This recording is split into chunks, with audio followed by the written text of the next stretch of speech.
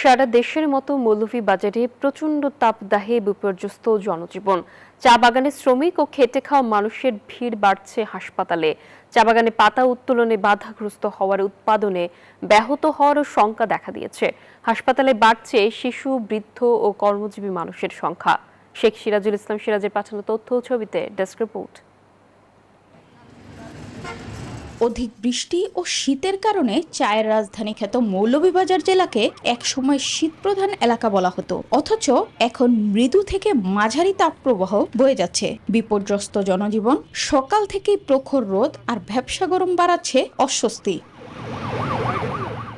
গরমে জ্বর, সর্দি কাশি, ডায়রিয়া, হিটস্ট্রোক সহ নানা রোগে আক্রান্ত হচ্ছেন নারী, শিশু ও বয়োবৃদ্ধরা। হাসপাতালগুলোতে বহির্বিভাগ ও ভর্তি হওয়া রোগী বাড়ছে।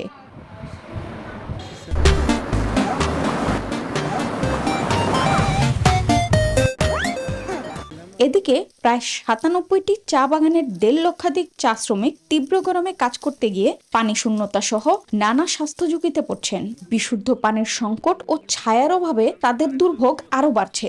পানি নিয়ে বোতলের মাঝে গরম হয়ে যায় পানি, এটা ব্যবস্থা নাই। আমরা যারা পানি খাওয়ায় ওরা অনেক দূর থেকে পানি আনে আমাদেরকে খাওয়াচ্ছে। চা বাগানে হয়তো জানে যে বিশুদ্ধ পানির অভাব, নালা খালার পানি খায়।